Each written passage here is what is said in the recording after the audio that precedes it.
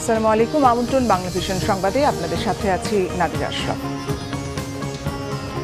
কক্সবাজারে খাল খনন কর্মসূচির উদ্বোধন করেছেন প্রধানমন্ত্রী তারেক রহমান। সকাল 10টার দিকে ফ্লাইটে কক্সবাজার বিমানবন্দরে পৌঁছান তিনি। এরপরই নির্ধারিত কর্মসূচি অনুযায়ী খাল খনন কর্মসূচির উদ্বোধন করেন তিনি। কক্সবাজার বিমানবন্দরে প্রধানমন্ত্রীকে স্বাগত জানান স্বরাষ্ট্রমন্ত্রী সালাউদ্দিন আহমদ। প্রধানমন্ত্রীর সঙ্গে রয়েছেন সহধর্মিণী ডাক্তার জুবাইদা রহমানও। সফরের শুরুতেই প্রধানমন্ত্রী কক্সবাজার সদর উপজেলার PM খালি ইউনিয়নে শহীদ রাষ্ট্রপতি জিয়াউর রহমানের স্মৃতি বিজড়িত পাতুলি মাছুয়া খালি খাল পুনঃখনন কাজের উদ্বোধন করেন। পরে সড়ক পথে চকরিয়ার ডুলা হাজারা সাফারি পার্কের উদ্দেশ্যে রওনা দেবেন। সাফারি পার্কে বৃক্ষরোপণের মাধ্যমে সারা দেশে 25 কোটি বৃক্ষরোপণ কর্মসূচির উদ্বোধন করবেন এবং পার্ক পরিদর্শন করবেন।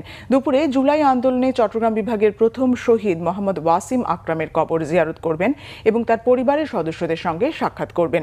বিকেলে চকরিয়ায় স্থানীয় বিএনপি আয়োজিত জনসভায় প্রধান অতিথির বক্তব্য দেবেন। এর আগে সকাল 9টার দিকে হযরত শাহজালাল আন্তর্জাতিক বিমানবন্দর থেকে কক্সবাজার বিমানবন্দরের উদ্দেশ্যে যাত্রা করেন প্রধানমন্ত্রী তারেক রহমান।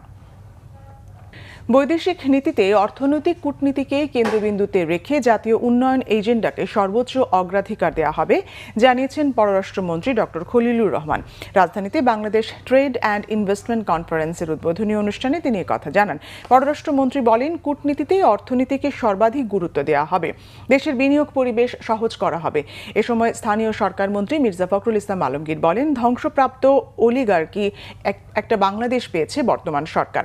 তবে প্রতিটি নাগরিক যেন ভাবতে পারে রাষ্ট্র তাদের জন্য কাজ করছে, বিএনপি সেই লক্ষ্যে কাজ করছে। বলেন, দক্ষ জনগোষ্ঠী গড়ে তুলতে সুষ্ঠু বিনিয়োগ বান্ধব পরিবেশ তৈরিতে সরকার বদ্ধপরিকর। বিদেশিদের বিনিয়োগের আহ্বান জানান মির্জা ফখরুল ইসলাম আলমগীর। পররাষ্ট্র প্রতিমন্ত্রী শামা ওবায়েদ বলেন, বিনিয়োগকারীদের সঙ্গে সম্পর্ক শক্তিশালী করতে কাজ করছে সরকার। শান্তি চুক্তি নিয়ে যুক্তরাষ্ট্র ইরানের ইতিবাচক বার্তার মধ্যে আবারও হরমুজে ড্রোন হামলা হয়েছে। শনিবার যুক্তরাষ্ট্রের সামরিক বাহিনীর দাবি করে হরমুজ প্রণালীতে চলাচলরত বাণিজ্যিক জাহাজকে লক্ষ্য করে একাধিক ড্রোন হামলার চেষ্টা করেছে ইরান। তবে মার্কিন বাহিনী দ্রুত পদক্ষেপ নিয়ে ড্রোনগুলো ধ্বংস করেছে। এদিকে মধ্যপ্রাচ্যে চলমান যুদ্ধ বন্ধে যুক্তরাষ্ট্র ইরান একটি চূড়ান্ত সমঝোতার খুব কাছাকাছি পৌঁছতে পেরেছে বলে জানিয়েছেন ইরানের পররাষ্ট্রমন্ত্রী আব্বাস আরাকচি। শুক্রবার সামাজিক যোগাযোগ মাধ্যম এক্সে দেয়া এক পোস্টে তিনি কথা জানান।